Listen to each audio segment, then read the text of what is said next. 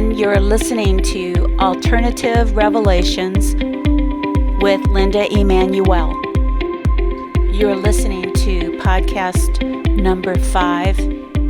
So this is the third segment of a 3-part series called glucosinolates, which have a sidekick of sulfur besides the nitrogen. And also at the end, I'm going to cover some plants that are mostly sulfur-based, which are protective against cancer and disease. Now, whether it be alkaloids or cyanogenic glycosides or glucosinolates, the plants I'm going to mention in this podcast, they're good day-to-day plants to eat for defense against cancer and disease, but they're not the heavy hitters like I'm going to discuss in other podcasts. But these are good defense mechanisms to protect yourself daily from cancer and disease. Now, glucosinolates, I should have a word of warning. The family of vegetables that contain glucosinolates, these vegetables can interfere with prescription drugs. According to Wikipedia, they can also cause goiters since their enzymes interfere with the formation of the thyroid hormone in people with an iodine deficiency. So I'm just giving a word of caution about these vegetables that if you have a lot of medical issues, do some research, educate yourself whether it's safe for you to eat these vegetables. Now, the family of vegetables that contain glucosinolates are the following: horseradish, the moringa tree, kale, collard greens, cabbage, Brussels sprouts, broccoli, cauliflower, Chinese cabbage, turnips, rutabaga, mustard seeds, watercress, radishes, and bok choy. A little interesting fact is glucosinolates help rid the body of cancer-causing toxins. Glucosinolates activate the liver to produce enzymes that break down carcinogens to a harmless, inactive form. I've got to interrupt here. I've got to get this disclaimer in here saying that I am not a doctor, nor am I a practitioner. I cannot give medical advice. I am just a researcher who searches for the truth and reveals the truth to others. So again, this podcast is for informational purposes only. If you need medical advice, talk to a licensed practitioner or your doctor. And now back to the podcast. So let's get started. I'm going to go through the vegetables in alphabetical order, and I'm only going to go through the most prominent ones, not all of them. And the first one is broccoli. And this vegetable closely resembles cauliflower. It has many glucosinolates, 9 in fact. In fact, you have to make note here, microwaving or boiling broccoli in water will diminish its antimicrobial effectiveness. Boiling water leaches the nutrients, and microwaving destroys the enzymes. So the best way to eat broccoli is stir-frying and steaming. That's the best way to eat broccoli to get the most benefit from its cancer-fighting properties, glucosinolates. Now the next one on the list is Brussels sprouts, and this vegetable has at least 4 glucosinolates. Now the next one is probably the heaviest hitter, which is cabbage. And this vegetable has at least 26 glucosinolates and at least 1 alkaloid. Cabbage is good for the eyes because it contains 2 very important terpenoids for the health of the eye. Now I'm going to get off the beaten path a little bit here, but as I did a lot of research for my book, Alternative Revelations, I researched a lot of chemical compounds. And one of the compounds plants use for color pigment is what they call terpenoids. The 2 most important terpenoids for the human eye, one is lutein, L-U-T-E-I-N, and this is responsible for the peripheral pigment of the retina. And the terpenoid responsible for the central pigment of the eye is zeaxanthin. Macular degeneration is in the center of the eye where the macula is. I'm going to list some plants that are sources for zeaxanthin and lutein. Your nightshade family, paprika, corn, eggs, spinach, kale, turnip greens, collard greens, romaine lettuce, broccoli, zucchini, kiwi, garden peas, Swiss chard, Brussels sprouts, and asparagus, to just name a few. And I am sure that when you boil the vegetables, or even microwaving the vegetables, you are destroying these terpenoids. So you might want to think about steaming your vegetables or stir-frying your vegetables from now on. This is another little fact about the eyes that is very interesting. In our eyes, we have cones and rods, and for your information, the cones are for daytime vision and rods are for nighttime. Such as owls will have more rods in their eyes than cones because they are night predators and they need to be able to see at night. That's why, people have more cones. That is why it is harder for us to see at night because we have more cones than rods. That is also why a lot of birds do not fly at night. They have more cones than rods. They cannot see as well in the dark. I just thought that would be an interesting subject to bring up. Now on with the list. Now cauliflower is next on the list, and this has at least 17 glucosinolates. And again, never boil cauliflower as the enzymes will be destroyed and the glucosinolates will leach into the water. Now the next one on the list is kale, and the only difference between kale and cabbage is that kale does not form a head. Kale contains several glucosinolates, and kale freezes well, tastes sweeter, and is more flavorful after being exposed to frost. When baked or dehydrated, kale tastes on the consistency similar to that of a potato chip. And for your information, there are tutorials on YouTube how to turn kale into potato chips using your oven. So again, kale contains several glucosinolates. The next one on the list is the moringa tree. This is probably the queen of the cruciferous family as topping the list of the most beneficial plants in this family as far as health benefits. And it's known as the horseradish tree, and it mostly grows, I think, in Africa, where it is used medicinally and nutritiously. And studies have shown that eating moringa can be anti-aging, be anti-ulcer, be anti-cancer, be anti-tumor, be anti-inflammatory, and lowers cholesterol. Moringa has a high concentration of sulfur in its dried leaves, more than when the leaves are green. And the leaves of the moringa contain 7 times the vitamin C of an orange, 4 times the calcium of milk, 4 times the potassium of a banana, and 5 times more of vitamin A that's in carrots. If you have the climate for it, you can also grow this tree. It can also be grown in greenhouses. There is a company on the internet that sells the trees and ships them.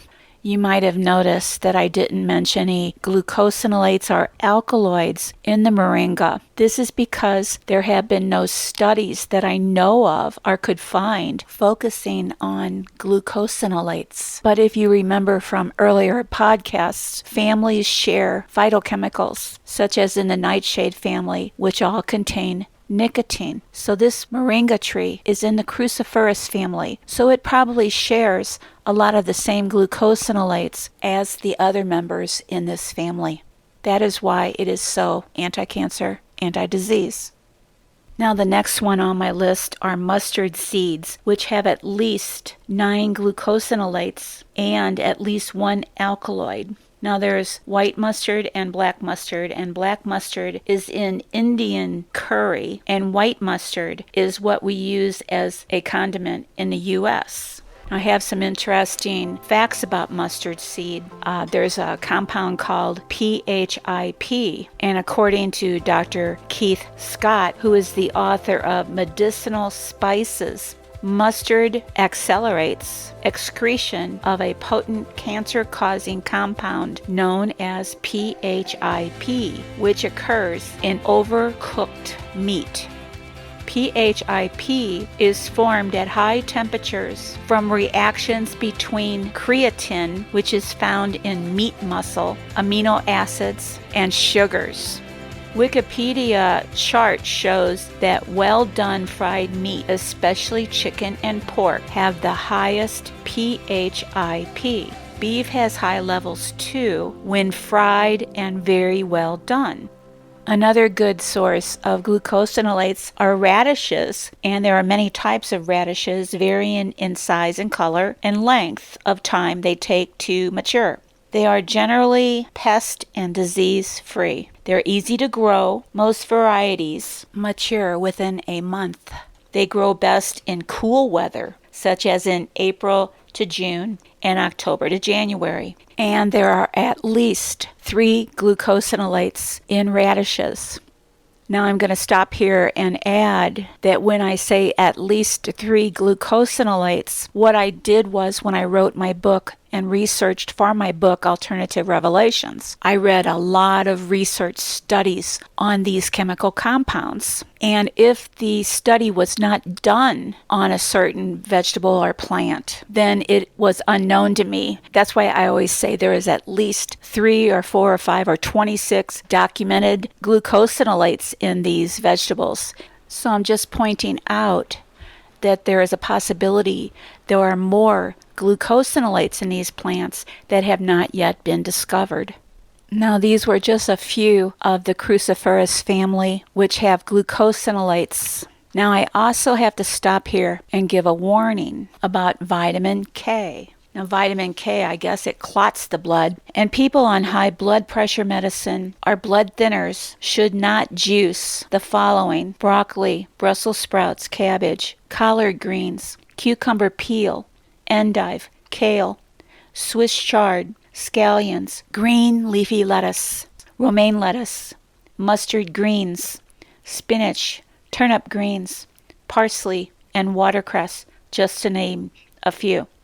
To be safe, consult your doctor, because I cannot give medical advice because I am not a doctor or a practitioner. I am just a researcher searching for and revealing the truth. Now I'm going to get into some medicinal plants that just contain sulfur, which are very antimicrobial, anti-cancer. And the first one is garlic.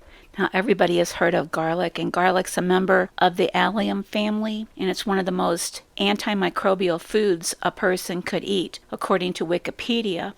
It is loaded with both sulfur and nitrogen. It actually has 22 sulfur-nitrogen compounds, and according to Wikipedia, record dating back 7,000 years reveal that garlic was used as a medicine. Even ancient Egyptians, during the building of the Great Pyramids, used garlic. Hippocrates and many other ancient healers mentioned garlic. One of the sulfur compounds in garlic is called allicin. Now, this sulfur compound gives the garlic its hot taste. Now, cooking garlic diminishes allicin's potency. Now, it also contains a very important nitrogen and sulfur compound, but this is not an alkaloid. It's called, I hope I can pronounce this right, glutathione. It's Glutathione. I'm not going to get into detail about this phytochemical because I'm going to cover it in more depth when we get to asparagus. Now I'm going to list some benefits or some facts about garlic. Garlic has a reputation of making one stinky. This is because sulfur compounds cannot be digested and are passed into the bloodstream. The compounds are then carried to the lungs and the skin where they are excreted. Therefore, the effect of eating garlic may be present for a long time. Now, garlic also helps support the good flora in the stomach while killing the bad bacteria. It's also important to point out that the bad bacteria in your gut are mycoplasma organisms. These are anaerobic, cell wall deficient bacterium. And the bacteria in your gut are aerobic, meaning they use oxygen, whereas mycoplasma is anaerobic. It doesn't flourish in oxygen. So it's interesting to point out that sulfur does not kill aerobic bacteria with a cell wall. It only affects cell wall deficient bacterium. It's an interesting point. Garlic is famous for lowering blood pressure and cholesterol levels. To offset garlic's odor, you can eat fresh parsley, which is only a short-time fix. Now, another fact is garlic is highly toxic to dogs. Again, I'm going to repeat that. Garlic is toxic to dogs. And for your information, I am going to do an entire podcast on how to protect and get your pets well from cancer and disease. Now back to facts about garlic. And did you know garlic and skunks have something in common? Garlic's chemical compounds and skunk spray chemicals are similar. Their sulfur compounds are called thiols, Thiols. Now, a skunk has 2 glands, one on each side of its anus. These glands produce a mixture of sulfur compounds, reeking of rotten eggs, burning rubber, and sulfur. A skunk can spray its enemy as far away as 10 feet, but its supply of chemicals is not endless. A skunk only has enough chemicals to spray up to 5 or 6 times. This does not mean in its lifetime. Because of this defense, a skunk does not have to worry too much about land predators, but because the skunk is a nocturnal animal, its only enemy is the great horned owl, which hunts at night. Now I'm going to move on to onions, which is in the same family as garlic. And onions are loaded with glucosinolates, at least 13, and other sulfur compounds. Now the last one on my list of sulfur-containing vegetables is asparagus. Asparagus is a cousin of onions and garlic and has many anti-cancer properties. It too has sulfur. Probably one of the most well-known sulfur compounds or phytochemicals in asparagus is DMSO. DMSO can penetrate the skin. Now, it's also important to note that veterinarians use DSMO in the treatment of horses, and that the government has not approved DMSO for people, except for certain cases. It's interesting to point out that DMSO is sold at farm feed stores, where farmers shop. One of the last compounds or phytochemicals in asparagus is probably the most important one of all. It's called glutathione. I'm going to spell it glutathione, Glutathione,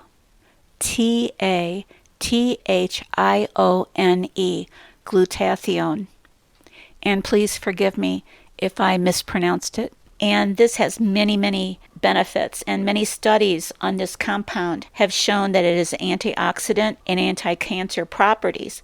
According to the National Cancer Institute, asparagus contains more glutathione than any other food source. But glutathione itself is not essential because it contains 3 amino acids: cysteine, glutamic acid, and glycine.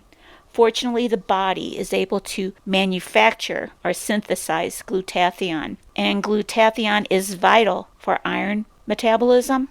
It is used in DNA synthesis and repair. It's used for amino acid transport and enzyme activation.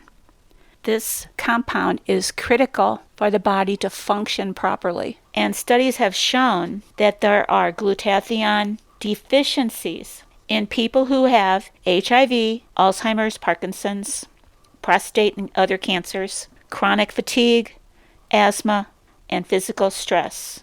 And according to Wikipedia, people suffering from schizophrenia and bipolar depression have glutathione deficiencies.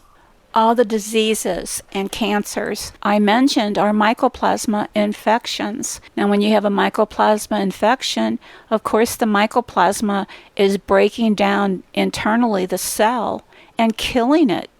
Is it no wonder that these people are suffering from a deficiency in this compound? I'm sure the human body cannot keep up with synthesizing the glutathione because of the constant repairing of DNA and replacing cells. Now I'm going to finish up this episode with one more compound. There's another interesting sulfur compound in asparagus that has a lot of controversy built around it. There's many health benefits have been claimed about MSM, and it is sold as a dietary supplement. Now, books have been written about it, about glucosamine sulfate. The authors claim it supports the structure and function of joints and is marketed to osteoporosis sufferers. Now, this is a great place for me to stop and tell you my story about what I did to rebuild my joints. What happened was when I was sick, my joints were destroyed.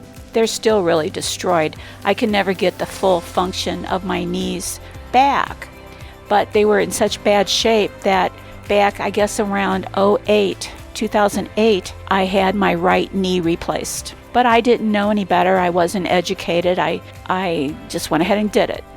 And the doctor at the time, who was really a good doctor, have nothing against him, he suggested, or he said, I needed to get the left one done.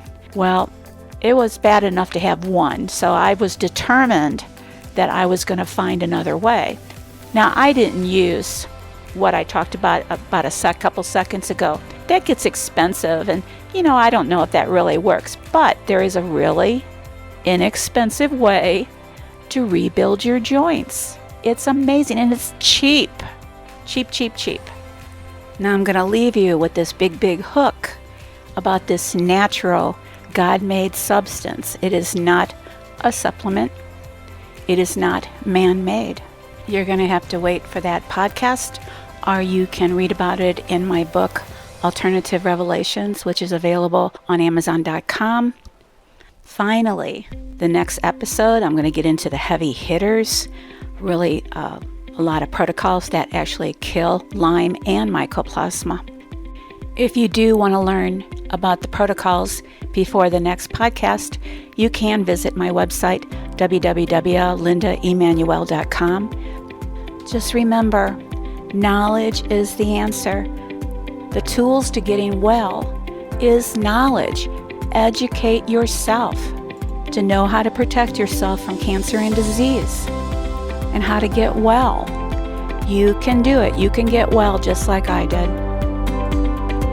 So, until next time, good night and God bless.